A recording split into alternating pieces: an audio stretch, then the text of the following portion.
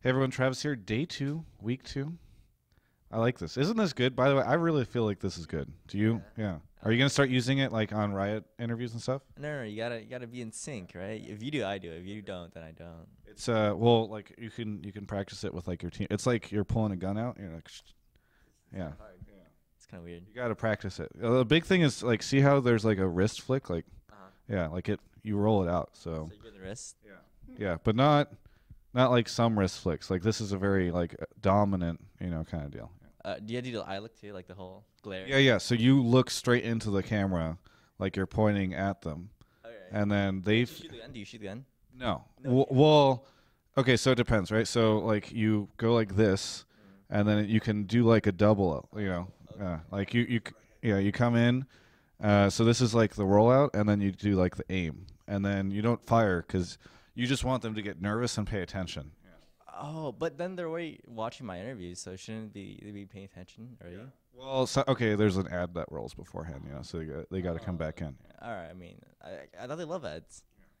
I mean, I hope they do.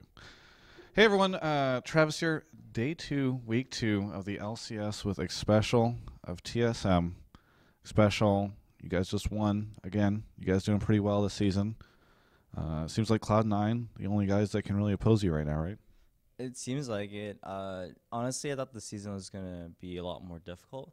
I mean, not to say that it wasn't hard, but just a lot of the teams, like for example, EG didn't really show up, XCG didn't show up, and Coast didn't show up. It's really been surprising. I thought it's gonna be a lot more neck to neck, and I think a lot of people expected that, seeing how the first week went. Like teams were like 31. There wasn't anyone that went undefeated, but so far it looks like as of Cloud9, TSM, they're probably gonna be top two, and I mean. Who was surprised, I guess? I mean, I was hoping there'd be a little bit more competition. I can't believe you just said that. That's so good. No, Dignitas, right? They're doing pretty well, right? Yes, actually, the only surprising thing was the Dignitas thing. Every team that I had thought would do well aren't, and every team that I thought would not do well, like, for example, Dignitas, are doing well. I mean, I honestly thought that XCG wouldn't have done so well. I mean, that's kind of true. Same for EG. Like, I thought they would falter a little bit, but I didn't think that they'd be bottom of this haystack right now. So it's kind of weird to see. What were your expectations for CLG? Because CLG seemed to just sort of be and you said every team that you thought would do it. So what was like CLG? Well, CLG is different. Like I thought they would be in the middle of the pack, and that's sort of the case. But they also have Hotshot, so I don't really consider that as their full team yet, and it's not fair for me to rank them anywhere. I have to wait for Dexter to come back. I mean, Hotshot, as good as he is, he's just not that good anymore. As good as he is, he's not that good anymore. But he once was. Yes. Oh, wow. There was some weight behind that. Yes, I liked it, or maybe an absence of weight. Either way, earlier today, I was attacked by a dog that you guys own, or Bjergsen owns, or something like that. Are you familiar with this thing? I have no idea. Good, because I didn't want to talk about that. I want to talk about that game. So how did you guys manage to pull it out? Pull it out. The win. Oh. It was. You can come in closer. We're kind of separating. See, like the cameraman starts doing this thing, He wants you to get closer. The thing is, I don't want to get I'll my. get closer. I don't want to get my jacket dirty. It's just like I mean, you're a bit too, you can't. It's gonna get dirty. You have to wash Yeah. it. All right, let's talk serious though, because otherwise people will make. I really like Travis, but lately his interviews don't seem to have anything to do with the game. So let's, that's what Thorin will say. That's your fault. Well, I'm trying to get it back on track. So tell me about how you won that game. What happened? Honestly, Let's go over it minute by minute. minute by minute. Okay, so the first minute we were still doing picks, right? And then we got the picks in that.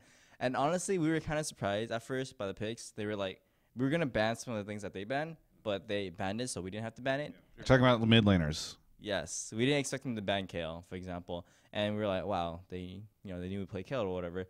And then we were like, okay, I guess we don't have to ban Kale because we want to play Zed or something like that. Like there was a whole bunch of mind games that was going on, but we thought they were gonna try to ban out all the mids and then first pick mid, and then they first picked Olaf, and we were like, okay, we just have like a jungler that we still want, and we still have a mid lane choice, and we're just like, I don't know what they were doing, but honestly, in scrims, we actually had a tough time with Coast in the past few weeks, not recently.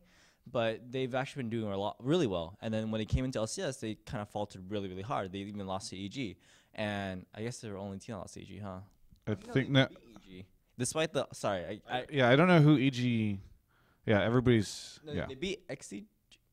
I don't even know anymore, to be honest. But anyways, Coast has just not been doing well. I mean, that game it was close for like a minute when we almost got aced by Cat, which we were like, oh crap.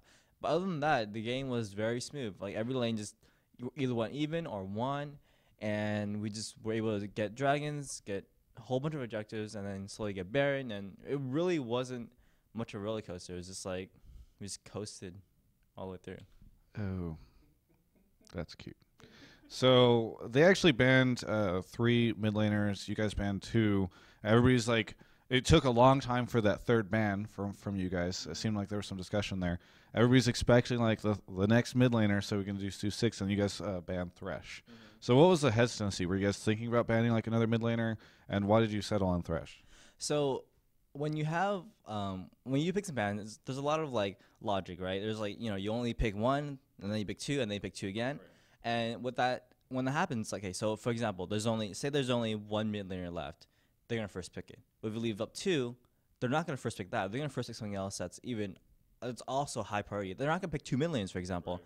So we knew that if we had banned a mid laner, they would first pick it. If we don't ban anything, they're just gonna pick a support that's really strong, and they can stop a mid pick because we're not gonna pick 2 of them. And so it's just that logic going behind it. I mean, it's like when you think about it, it's not, you think about more than just the first step, you think about the second step. Yeah. And so we expected them to do something like that at that point, and we decided to ban Thresh, make it so that they would be forced to pick something that we wouldn't really care about. Since they picked Olaf first, we managed to retaliate with Elise and AZ, and we just had strong picks across the board. Hey, let's talk about Thresh, because Thresh has seen some changes recently. I'm kind of curious what your thoughts are on him going forward. Honestly, I didn't really like Thresh for a while. He was strong, but what happened was I'm pretty sure it was Mata, or I forgot which Korean support. He ran a 40% CR build, which basically you went for a Lucidity boots, and you went for the Reverie, what it was called, the Talisman of Ascension, and you get 40% CDR. And when you max hook, you get like a 4-second cooldown hook, and it's really, really crazy in teamfights. You just hook, and you miss a hook, you're like, oh, okay, 4 more seconds, and another hook. And that just made his utility in late game much stronger. And before, like Annie and stuff, their AoE CC, they would have their CC way shorter cooldown. And with this, Thresh is actually really strong, and plus nerfs to Annie and whatnot just made Thresh really strong. Leona is still really good against Thresh, especially in lane at level 6. But Thresh's late game has gone a lot stronger with that build. But you're obviously a lot more squishy. Hey, speaking of Leona, we've seen Leona pop up more. Do you attribute that mostly to, again, the rise of Thresh and her being a counter, or has she just gone through some stuff that's made her a little bit more viable? Is it also Annie dropping off? It's a whole thing. Like League of Legends, the way they balance, it's just always a circle, right? You always once you keep nerfing it, like a specific champion, other champions will eventually rise up, and it's pretty much what happened. Sona was a really strong counter, and then season 4 popped up. Leona got really, really tanky. It was impossible to poke her out before she can engage on you. And they're slowly nerfing the defense masteries, and they're gonna slowly nerf like Door and Shield. And once that happens, Sona's gonna pop up again, and Leona's gonna drop back down. It's just like a whole cycle thing. Cycle of life. And death and sands of whatever, and it's just I guess dogs. Dogs, yeah. That dog. I'm not a fan of that dog. Nasus? No, the Bjergsen dog. Nasus? Is that what you're calling him? I thought his name was Kappa. Nasus? Which is, by the way, an awful name. No offense, Bjergsen, if he watches it. Because if you think about it, like the meme is going to go away, the Kappa meme, and then there's dog's just going to be called Kappa, and it's going to be like. I thought the icon guy, the face guy on Twitch was like Kappa was named. His dog was named Kappa. Right? Yes. Oh, okay, then it makes sense. Kappa. How does it make sense? I don't know. Can we just go on? You're getting off topic here, Travis. It's really sad when I watch Travis interviews, because actually now the player has to keep him on track. Like, can he just get a little bit more professional? Let's talk about you guys next week, because you face EG and Curse. Again? Yeah. Well, we just talked about this a moment ago. You guys face EG and Curse right before the interview. We talked about it. We had a conversation. Talking about it again, though. Okay, fine. We're getting off topic. Okay, all right, let's go. So, are you guys gonna beat them? I mean, hopefully. Like, I mean, Curse, they're pretty good. EG, they're pretty good. It can go either way. You said that EG hasn't shown up, so that means that it's very likely that you'll beat them. Maybe. Well, I mean, if they don't show up to the studio, of course we'll beat them. But even if they do, we still have a pretty good chance. This is what I go through. This is when I try to interview pro players. What do you think that you guys are a lot stronger than them right now in game? Honestly, I think individually our big team's really good. Our bot lane's solid, top lane's solid. Jungle has been doing really well, and we're not really scared of any team. It's just we still need to work on teamwork, work on how we can force objectives better and faster, and end games earlier. Like that's all stuff that's on our agenda that we need to work on. And that's the only thing that can keep us down. Like if we screw up really hard, give them 10 kills randomly, then we're gonna lose. But other than that, we have been really solid, and we're not really scared of any team except for Cloud9 a little bit. All right, so then you're also not afraid of Curse, despite Curse's seemingly pretty solid performance lately. Honestly, I've been looking at the teams. I watch the teams a lot. I mean, obviously I do, but it's just every time I watch them, I'm like, okay, here they just do, oh, they just do it back, and oh, look, it's game of catch, and just who throws last sort of thing. And I just don't like how that's. Like, I mean, that's how it's been for a long time, but before there used to be 3 or 4 teams that can kind of sort of not throw as hard. But right now, it's just I'm kind of tired of watching the other 4 teams throw a lot, and sometimes it's the teams that used to not throw so much throwing again, and it's just. Do you think NA is going backwards? Like, it doesn't seem to me. I mean, this is I don't tend to throw my personal opinions in there, but it seems like LCS, like a lot of the games have been closer and teams have been there's been some upsets, but it doesn't really feel like, oh man, look, NA's like just gotten so much better. Do you feel like that's maybe just incorrect of me, or do you think that maybe NA just doesn't seem to have been really stepping up lately? It's hard to say. Last season I was more used to seeing every team throw. This season I'm more used to seeing teams that just throw a little bit, and then it's both sides taking turns to throw, and games last really long. But I mean, like the good thing is that games have been a lot shorter. I mean, it's hard. Like honestly, I've been watching these games, and I just don't see where teams are forcing mistakes. I see a lot of mistakes happening and people capitalizing on them, but I'm not seeing the forcing the mistakes, and that's what I like to see. Like XCG did that really well against I believe it was Dignitas, and then they threw, and it's like, oh, okay, you worked really really hard to build this lead, and then you just gave it to them, and it's just I don't like watching that. I like watching teams that slowly build a lead and then they just run away with the game. That's how it should be. Hey, final question. You guys lost to Cloud9. You said you guys are kind of afraid of them. Obviously, you guys are pretty good friends. If you guys played them in a best of 3 right now, who would win? Or maybe let's actually say best of 10. Like what would the spread be?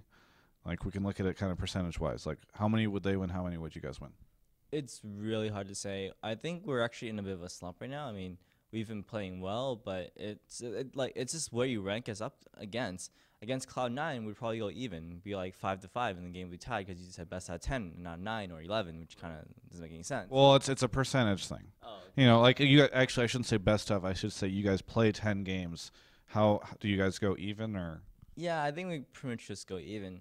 I just whenever I watch us play, I always like. There's so much there's more I can do. There's more the team can do. There's a lot more we need to work on, and that's how I see every single game. And so when people ask me how good our team is, I can't really say we're really good because then look over to Korea. I watch those teams. It's like, oh, these guys are actually good. We're just not as good, and so it's just whenever I see there's so much to improve on, I can't just. It's hard for me to even say we're good.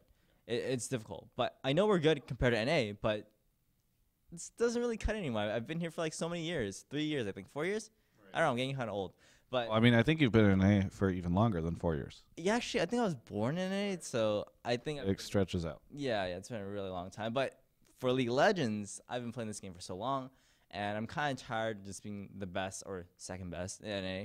And it's gonna be looking towards internationally, but everyone knows Korea is really good. Hey, are you guys better than Europe? I know that we have a lot of improving to do, and I know that there are some teams in Europe that are good and some that aren't. So some you're better than some you're not. I mean, that's how it's always been. You have any shout outs, plugs, anything you want to say here at the end? Um, as usual, it's gonna be always thanks to fans like Riot Games too. Like they've always been awesome. Thanks to you guys for watching. Travis, you guys are awesome. Marking, um, he's liking the whole And big thanks to all our sponsors. And thanks guys for watching this interview. And thanks guys for supporting us, LCS, and all the pro players. And thanks for supporting us by watching our interviews at OnGamers. You can check out the rest of the interviews at ongamers.com.